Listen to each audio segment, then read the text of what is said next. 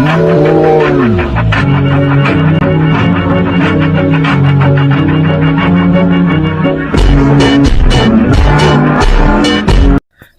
అందరికీ నమస్తే. నా చిన్న బిజినెస్లో ఈరోజు డే 19 స్టార్ట్ చేద్దాం. చలో అన్న, ఎడిటింగ్ ఎట్లున్నా అన్న, నచ్చితే ఒక ఫాలో కొట్టనా. ఇలా గిరాకీలు అయితే భలే గమ్మతున్నాయన్న. ఇక 12 నుంచి వెళ్ళి 2 గంటల దాకా కూర్చొని ఉండిపోయినాం. మళ్ళీ 2 గంటల నుంచి 3 గంటల దాకా మస్తు ఉన్నది. మళ్ళీ 3 గంటల నుంచి 5 గంటల దాకా మళ్ళీ కూర్చున్నాం. మళ్ళీ 5 గంటల నుంచి 6 గంటల దాకా సూపర్ ఉన్నది. 6 గంటల నుంచి మళ్ళీ 7:08 దాకా లైటు. మళ్ళీ 7:08 నుంచి 9:15 దాకా 9 దాకా మస్తున్నది అన్న. ఇక 9:15కు షాప్ క్లోజ్ చేసేసినాం. గిరాకీ భలే గమ్మత్ అనిపించింది అన్న.